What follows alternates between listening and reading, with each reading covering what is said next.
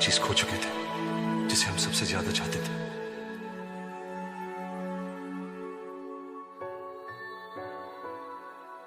सब कुछ वैसा हो सकता है जैसा था। थीसियस, एथेंस राज्य का राजा, शादी करने जा रहा था। उसकी दुल्हन थी फेड्रा, एक यंग ब्यूटीफुल लड़की जिसकी खूबसूरती की मिसाल की तुलना लोग एफ्रोडाइट यानी प्रेम और सौंदर्य की देवी के साथ करते थे। वहीं दूसरी तरफ थीसियस का बेटा भी था, जो थीसियस की पहली पत्नी हिप्पोलाइट का बेटा था। उसका नाम था हिप्पोलाइटस। थीसियस के राज्य में खुशियां छाई हुई थी, सभी जश्न की तैयारी कर रहे थे। वहीं बात चल रही थी कि थीसियस और राजकुमारी फेड्रा के बीच उम्र का अंतराल बहुत ज्यादा है, यहाँ तक कि राजकुमारी उनके बेटे हिप्पोलाइटस की उम्र की है।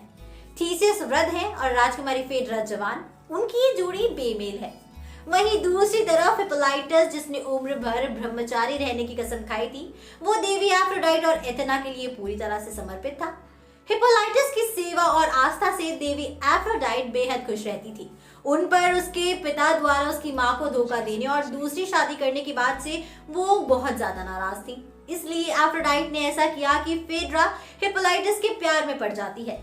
थीसियस और फेड्रा की शादी हो गई, पर जैसे ही फेड्रा की नजर अपने सौतेले बेटे हिप्पोलाइटस पे पड़ी, वो उससे प्यार करने लगी थी।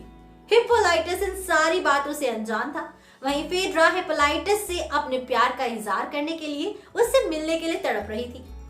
एक दिन जब थीसियस राज्य से बाहर गया, तभी फेड्रा को हिप्पोलाइटस से मिलने और अपने प्यार का इजहार करने का मौका मिल गया।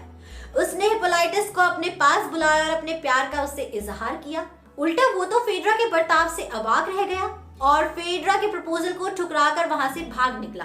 फेड्रा अपने प्यार के ठुकराए जाने से इतनी दुखी हुई कि उसने अपनी जान ले ली थी, पर मरते मरते उसने अपने पति थीसियस के लिए एक चिट्ठी छोड़ी।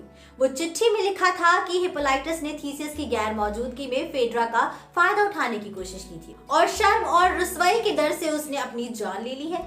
थीसियस हिप्पोलाइटस को बुलाता है और उसे चिट्ठी दिखाते हुए उस पर फेड्रा की मौत और उसके साथ विश्वासघात करने का इल्जाम लगाता है।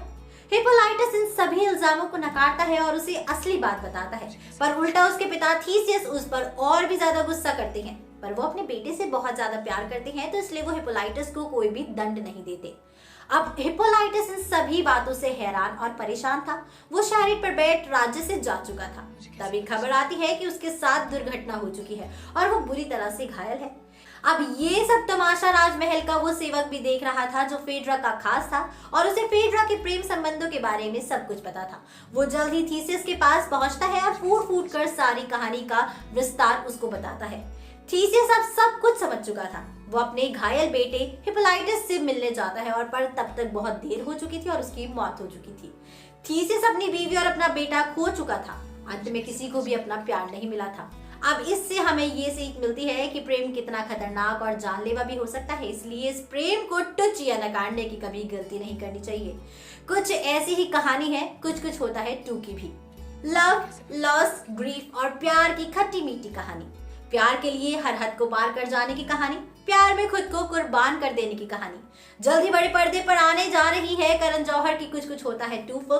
दोस्तों वैसे कैसी होगी ये फिल्म, वो तो अब हमें वक्त ही बताएगा, लेकिन आप हमें कमेंट सेक्शन में जरूर बताइएगा कि आपके लिए प्यार का मतलब क्या है। अब इसी के साथ मैं अनुष्का त्यागी लेती हूँ आपसे इजाजत। बने रहिए और देखते रहिए बॉलीग्राज स्टूडियोज को।